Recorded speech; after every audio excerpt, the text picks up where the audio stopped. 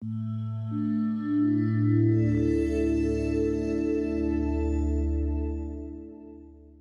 hi everybody. I did not expect it to be this big of a crowd, so I'm super excited. Thank you. And I know I'm the last person in this little series for this little go around, so I'm excited to kind of be the sum of your experience, at least this time, this initial go around. I was actually originally scheduled to be the first, but had a conflicting presentation, so now I'm this one. But I really enjoyed putting this presentation together. We didn't originally have a PowerPoint for this, believe it or not. We just had a whole bunch of handouts. So I had the luck last week to quickly throw something together. So I hope that you guys find it helpful. I'm really excited about how it came out. So you guys have talked about diets. You have talked about what are some of the other things you learned about over the last several weeks? Fats and proteins. Fats and proteins, yeah. So are you guys here as cancer survivors, or are you working with family members who These are are all both? cancer patients and survivors. Nice. Awesome. So I have kind of put this together with you in mind, going through recovery and going through treatment. And so I'll kind of talk about that. Most of that will come through with what I'm saying, not necessarily in the slides. So your pins will be working today. Okay. So let's talk a little bit about snacks. We want to talk about why we want to snack. We want to talk about how to create a balanced snack. I know you guys have been talking about balance a lot. I actually watched your presentation with Rachel last night. So I know you guys have been talking a lot about that. In talking about how to build a balanced snack, I want you guys to understand, what does balance mean, right? What are the components of balance, and what does that mean, and what do they do for your body in relationship to you coming out of the other side of cancer treatment, right? And going through cancer treatment. We want to talk about successful tips about snacking. And the last part I put in there because I find that when I'm working with cancer patients, the desire to want to chew on something, even though you know you need to, is not there. So I wanted to put in a little bit about how to create a balanced smoothie to make sure you're getting all of your protein, your carbohydrates, your fats, and most importantly, the antioxidants that you need to rebuild your body back to health, right? So why do you want a snack, or what is a snack? I kind of giggled when I did this because like everybody knows what a snack is, right? But we know in general, I wanted to put it into context. It's literally a mini meal, right? So we want to still have all of the same balance that we have in a meal still in our snack, right? And so it's providing us with the nutrients that we need to manage hunger, as well as our portion sizes at our main meals. So when you have low appetite, snacks are still that mini meal, right? So why do we want to snack? Adding snacks to our daily routine improves our portion control. It helps with energy throughout the day. It helps with anxiety, improves your overall mood. It helps with mental clarity and focus. So that's part of that mood regulation, stabilizing blood sugar, which then turns into stabilizing and balancing your weight. It provides those macronutrients that we need to heal our body, to build up the antioxidants that we need, and things like that. So it's not just about having another little meal. It really does provide a lot of structure in our day. And I say all of this, and I want you guys to think of it as an experiment for yourself, especially if you're not snacking. So as you maybe consider doing this, I want you to also consider, how does this make me feel when I actually snack? Am I noticing more energy? Am I noticing that I'm actually getting more protein, right? And my strength is increasing? Am I noticing that things like anxiety and depression I'm able to manage those a little bit better, right? As I'm adding in more nutrients throughout my day. So how do we build a snack? Snack has each component. So we have a carbohydrate, but we always want to pair a carbohydrate with a protein or fat, right? Protein and fat are used to build our muscle, but also help with satiety. And we'll kind of break those down in a second. But this is the formula for a healthy snack. I have a lot of people who just were like, I'll eat an apple. That's it, right? Or I have some clients who will eat like a half an avocado instead of just an apple. But we really want to have both components in there, especially if you're struggling with meeting your protein needs, right? So, and nobody just wants to eat a bunch of protein all the time. Well, not many people anyways. So let's break it down and talk about carbohydrates, proteins, and fats. So before I do that, I want to explain like what macronutrients are. And macronutrients are just those things: proteins, carbohydrates, and fats. And we need these things to really build our body back up, to replace cells in our body, cells that we may be losing faster through cancer treatment. And we also use it, they're also in the form that your body can't really make themselves. So we have to ingest them, right? We have to take in protein. Well, technically, we don't have to take in protein. If we don't take in enough protein, where do you guys think your body gets it from? Your muscle, right? And then once you start to lose your muscle mass, your metabolism goes down, your body's resiliency goes down, and you can't bounce back as well as you did. Your energy goes down, your strength goes down, all of that, right? So protein is a really big component of that, and we really want to make sure that you're getting in enough, and you need more than you typically would need going through cancer treatment, right? Average person needs about 0.8 grams per body weight of protein per day. When you're going through cancer treatment, you need anywhere from 1.2 to 1.5 grams per body weight of protein. So just to kind of give you an example of how much more you really do need. And that's why your doctors, and even if you're already working with a dietitian, we're always talking about protein shakes and add protein here and do all these things. And definitely have some tricks up my sleeve. So if you're curious, we can totally talk about those. So 3 different types of macronutrients. We talked about protein, carbs, and fats. So let's jump into those guys individually. So carbohydrates are our body's fuel source. It's the number one piece of fuel that your body wants to use. It's the easiest to use. It's not the only thing, right? Your body can also use fat as fuel, but it doesn't want to. It has to work a little harder to do that. So carbohydrates are the quickest thing that gives us that fast, quick energy. It gives us the vitality in the morning. It picks us up in the middle of the afternoon when we're just really dragging, trying to get through the last of our day. That's why we want a cookie, a soda, or something like that in the middle of our day, because it gives us that quick energy. When we consume carbs, our body converts that into glucose, right? And that is either stored for later use or we use it immediately. So later use is stored in our fat cells, right? Immediate use is just in our bloodstream and doing our normal activities, or if you're working out, right? So if you have an apple or even chocolate milk right before your workout, you're not really going to store that. You're really actually just going to burn that immediately. And most bodybuilders will drink chocolate milk, like Arnold Schwarzenegger used to drink chocolate milk as a pre-workout. It has protein, it has carbs, it has a little bit of fat. It's like the perfect little thing to drink. Talked about that. So some examples of healthy grains or healthy carbohydrates are whole grains, fruits, beans, starchy vegetables, dairy products, right? The things that we want to start to be more mindful of is the candies, cookies, cakes, sweets, right? These guys have more pro-inflammatory carbohydrates and sugars in them. So we really want to make sure that those aren't the majority of our intake.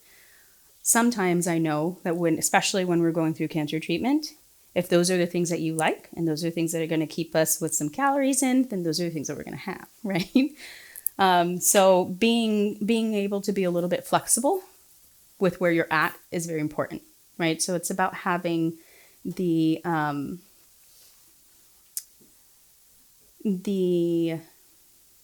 what is the word I'm looking for? The observation within ourselves with being honest with where we're at, right?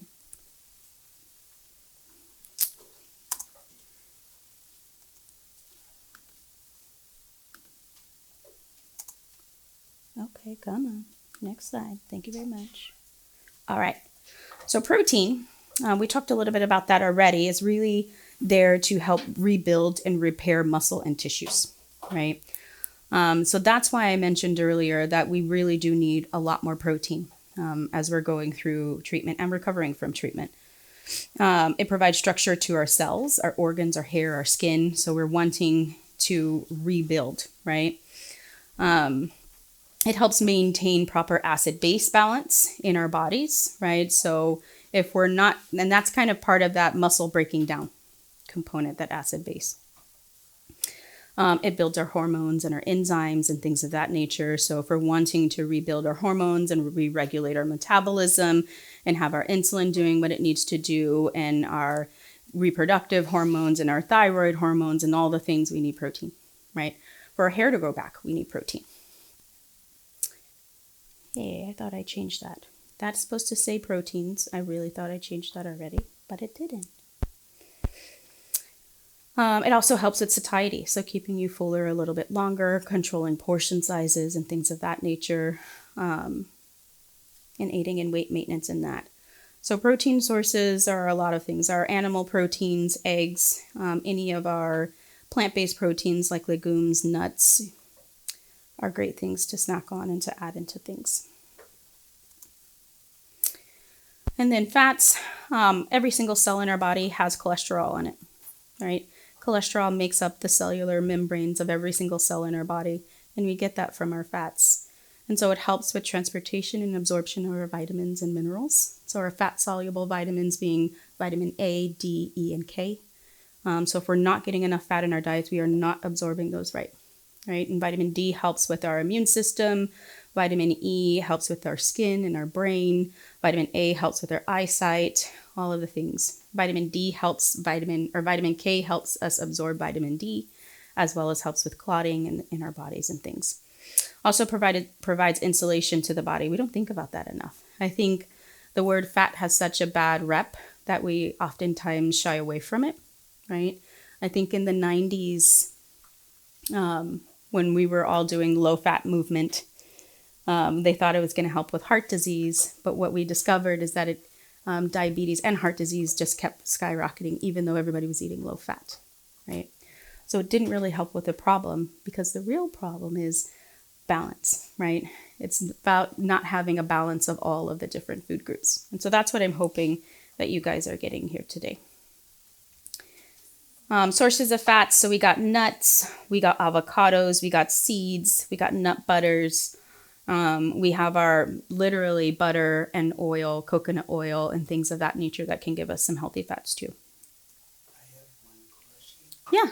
If you can't take in vitamin K, Mm-hmm. because of strokes and things like that. Mm-hmm. For clotting stuff? Yes. Yeah. What would you do for that?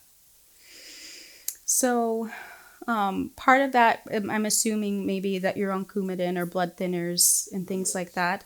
So you would really get it just naturally from your diet, but even your doctor would tell you not to overdo like the leafy greens and all of those other foods that provide the vitamin K.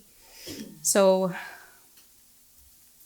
part of it, you could try taking a different form of vitamin D, right? So doing something that's more easily absorbed even without vitamin K. And so those would be like liposomal vitamin Ds. Your doctor can prescribe you vitamin D shots instead of taking a pill. Things like that would help it get to your system where it needs to more quickly. Yeah. That's a great conversation to have, though, whether it be with a dietitian or your physician. How can I make sure that I'm getting in enough vitamin D without being able to support it with vitamin K? Yeah. I just wanted to give you guys a couple of examples here of what a balanced snack looks like. So the number one thing I want you to take away from all of the things that we just talked about is always have your carb with a protein or fat, right? So here you'll see that. We have apples with peanut butter. We have tuna with crackers. We have a boiled egg with toast. We have cottage cheese with fruit. Yes, ma'am. If you ate apples and cheese or cheese and crackers, would that work? Yep. That's my favorite snack. Yep. So again, you're getting some protein. You guys don't really need to worry about doing low-fat versions if you're not worried about your weight. So doing full-fat cottage cheese and full-fat, slices of cheese and things like that would be helpful to keep on a little bit more calories if you're worried about weight loss.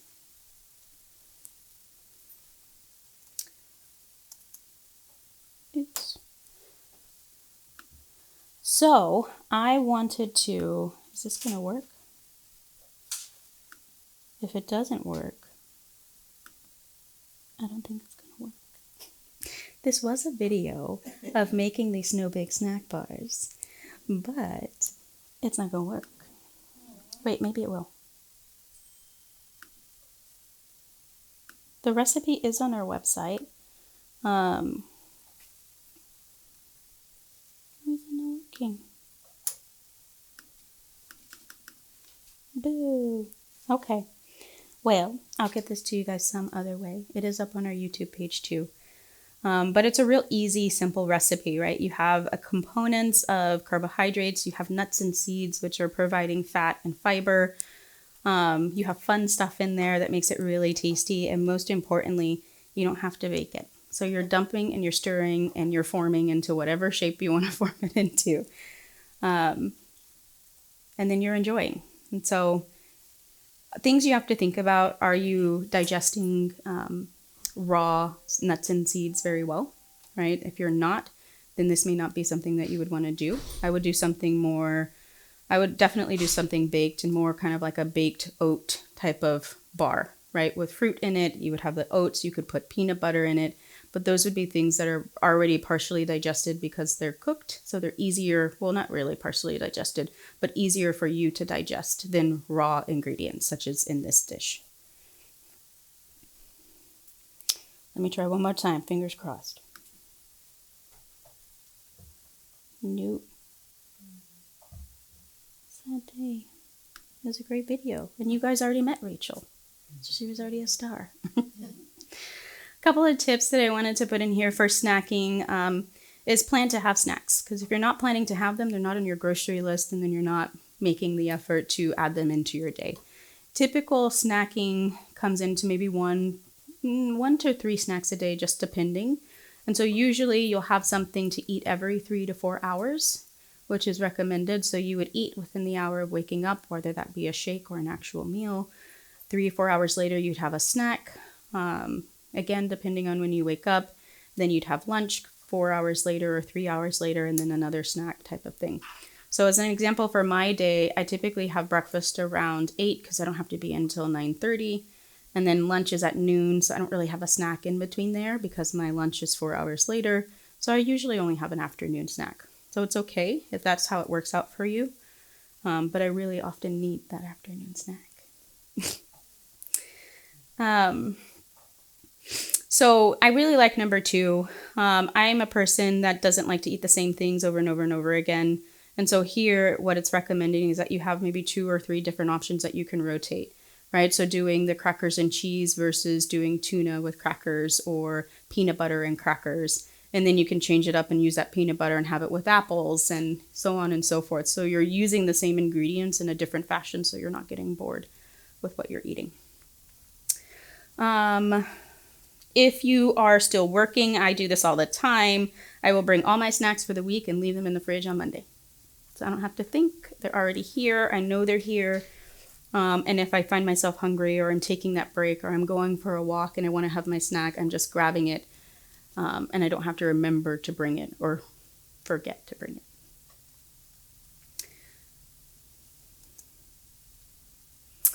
So let's talk about the smoothies. So smoothies are, in my opinion, a great way to have a snack or even can be a meal replacement. But the biggest thing I think is when most people do smoothies, they will make them very, very rich in carbohydrates or fruit. And so what I wanted to do, and the reason why I wanted to do this, is to kind of give you guys some ideas about how to still create balance, even if it's in a smoothie, and some tips on how to do that so it actually tastes good. Because I don't know about you, when I was first starting to do smoothies, I could never get them to really taste as well as like Smoothie King would get them to taste. So I would really want to drink my smoothie.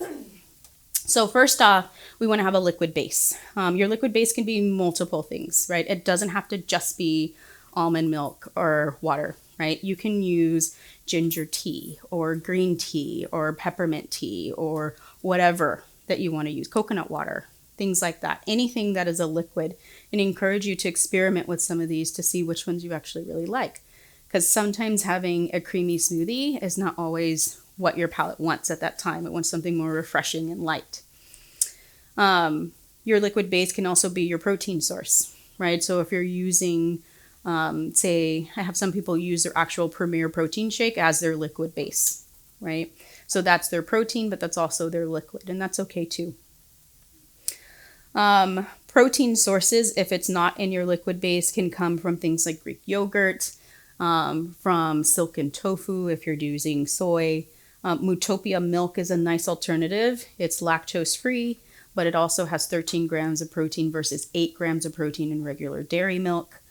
Actual protein powder, peanut butter is a great thing.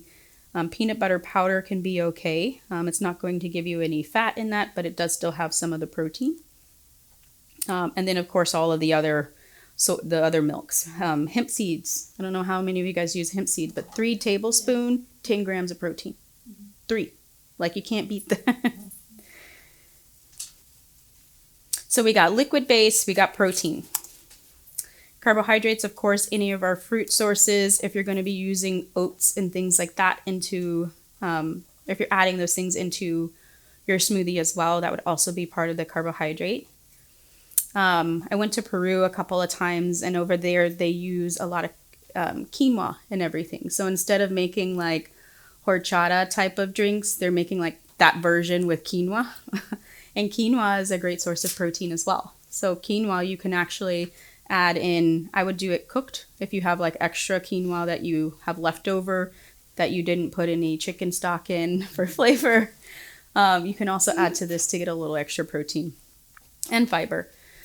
Veggies are another great way. We're getting the antioxidants from these 2 groups here, right? Our vitamins, our minerals, our antioxidants. So most people will add spinach and kale and things like that. Biggest trick with these guys is to add them and blend them with your liquid by themselves. So you're not chewing your smoothie, right? So if you're just adding all the things in there and then you decide to blend it, your frozen fruit is going to get stuck together, your protein powder and your peanut butter is going to get stuck together, and the last thing that's going to decide to break up is your veggie. So that's why we're over here chewing our smoothie as if we were a cow in a pasture, right? I had to learn that one the hard way. So if you put your liquid, put your veg in there, blend it up, you'll break it up a little bit more easily, and then add in all the other ingredients in whatever fashion you want to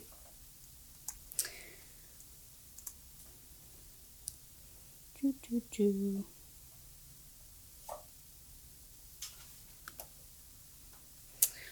Last couple of things is always add in our healthy fats. This is going to give us calories to help keep our weight on. This is also going to help with satiety as well. So good sources of fats, adding avocados are going to give kind of the similar creaminess that we would get from a banana.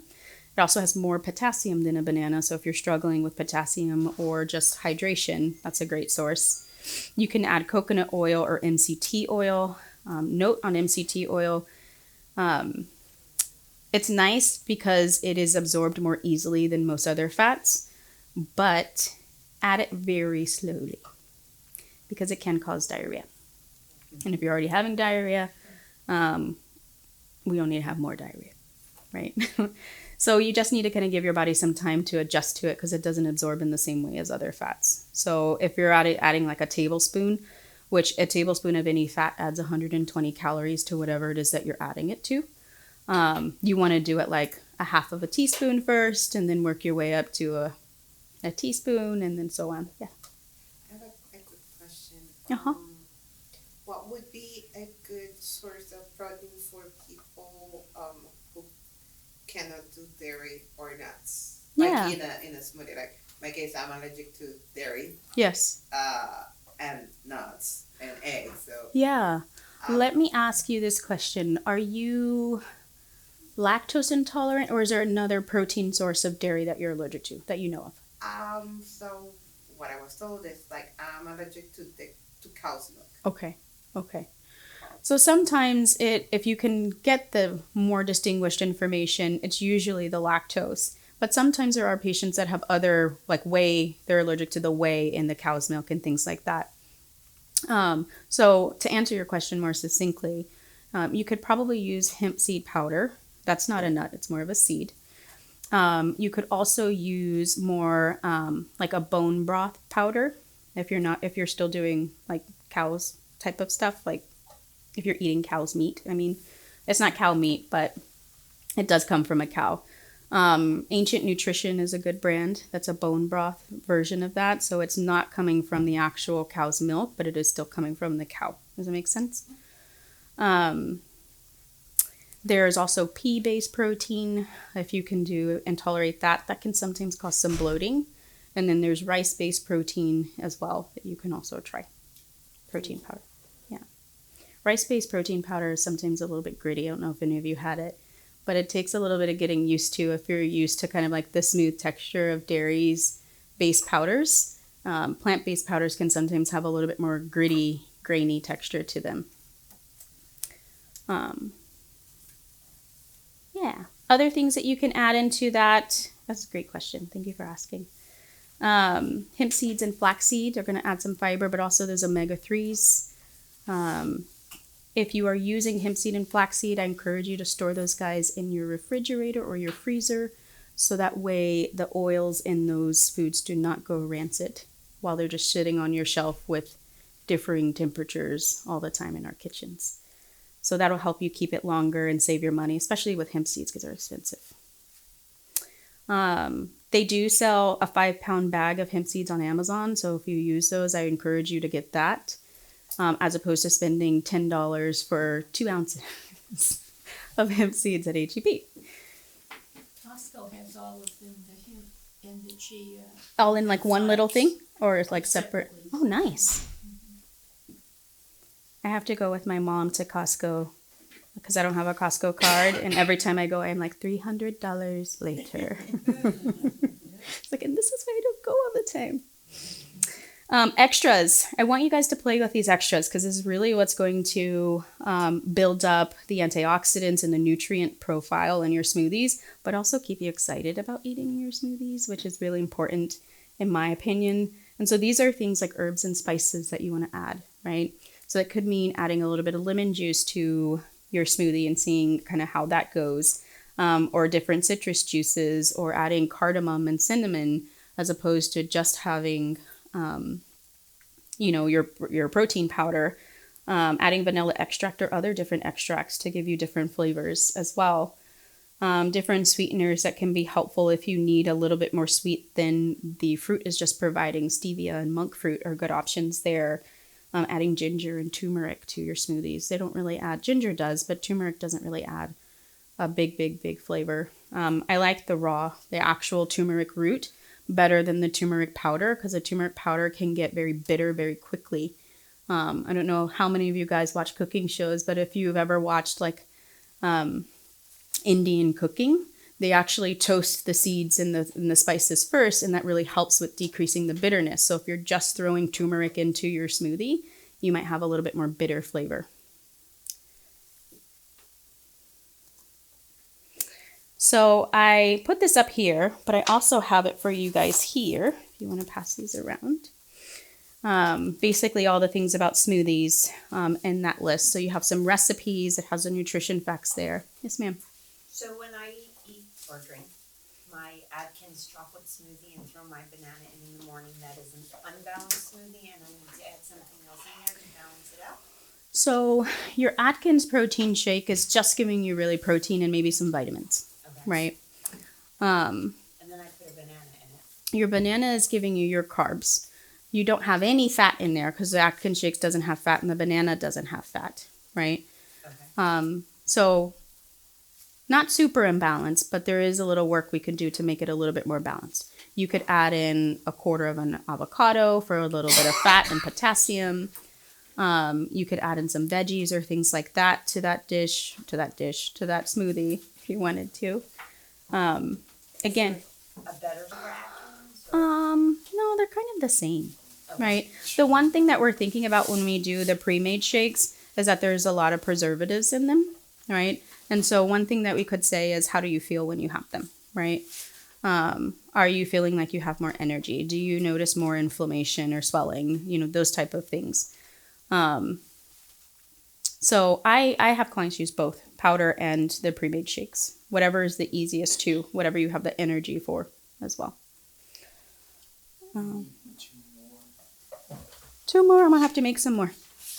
I told you guys I wasn't expecting such a big turnout. And these guys are just some of the tips that we talked about for snacking, so you can take those home too. Some things that I wanted to put here so you can think about making it easier to have smoothies is to consider making smoothie packs. And so what I mean by that is that you're getting a Ziploc bag, you're putting all of your kind of frozen ingredients in there, and then you're using those. So the time when you have the energy to do that will make it easier for the time when you don't have the energy and all you have to do is open and dump and put some liquid, right? Other thing is opt for at least one frozen fruit or vegetable, right? Believe it or not, you can actually use cauliflower in a smoothie and it won't taste like cauliflower. But it will give you the kind of same texture that a frozen strawberry is giving you in the smoothie, right? So basically what I'm saying here is don't always have fresh fruit because the texture of your smoothie is not going to be the way that we typically want for a smoothie. So always make sure at least one ingredient is frozen. We talked about how order matters, so blending up your greens before you do anything or add anything else to that. And then you can also consider the type of blender that you have, right? For Christmas, my family got me a Vitamix blender, and I didn't have one before. It was like the best thing ever, right? But if you don't have, because I wouldn't have bought it myself, which is why I hadn't had one already, because I don't have $500 for a blender. But if you do have some of the other ones, the order can really help improve that until we can save up our pennies to maybe consider getting a different blender. I used the Ninja for a really long time. The Ninja was really good. The NutriBullet I really liked as well, and it worked really good. But I really had to consider the order at what I did in that one. I have a question. Yeah. So can you use a Cuisinart to make a smoothie? You should be able to. I think. Sharp. That blade is very sharp. Yeah. So I would probably, if it were me, I would probably do kind of like one ingredient at a time to kind of make sure that it blended up well and that I wasn't overloading the blender. You know what I mean? So I would start off with my water or my liquid base and then my greens, and then I'd add in maybe a few of my banana pieces and then some of the other fruit that I was doing. And then I'd maybe add in like yogurt if I was doing that type of thing. So just, there's no real like specific order other than the liquid and the veggie first, right? But I wouldn't do it all at one time just to kind of make sure that it's blending to a consistency that I like. Does that make sense? I have a question. Yeah. I never make smoothies. So, how long do they last? Can you? That's a great question, and it's on the next page. So, how do we want to store it? So, if you're making a smoothie, like day of, it will last in the refrigerator for about 24 to 48 hours. So it can be used as a snack in that sense, as opposed to a meal replacement, right? So you can have some of it with your breakfast and then some of it later on in the day. The biggest thing that you might notice here, depending on the ingredients that you use, is that it might separate a little bit and not look as appetizing, right? But we could just blend it up again and then it would taste fine and it would be fine.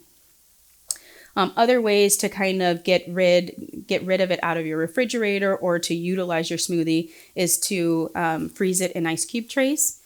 And then day of or the night before you want a smoothie, you know you're going to want a smoothie tomorrow morning. You literally just put it in your glass in the fridge and it melts overnight and you're just grabbing it in the morning and going. You don't even have to reblend. You can also make popsicle smoothies. It's summertime or it's about to be summer. Why did I just erase spring? Like, how did I even do that? But yeah, that's a great way to get smoothies in. I have a almost 2-year-old and he absolutely loves those, but also kind of really nice to have something cool and something refreshing. And those are really great ways that you can add in things like mint leaves and cucumbers and kind of be more of like a agua fresca type of thing, in addition to kind of like what we think of as an actual smoothie. Does that make sense? I put here too that if you're freezing it, it will last up to 3 months in your freezer. So 1 moment of effort or 30 minutes of effort can last all the way up to 3 months in your freezer if you don't feel like actually eating it at that time. Did I answer your question? All right. So thank you guys for being here. I'm really honored to be able to support you guys through your journey. If you have any extra questions, you guys are more than welcome to reach out. If you feel like you want to work with one of us, one of the dietitians at JTA, we're more than willing to kind of take you guys on as clients if that's something that you like. One of the things there has some ways for you to get in contact with us, but we also have these if you prefer just some more information about how to connect with us. But yeah, any other questions? Perfect. Thank you guys for coming.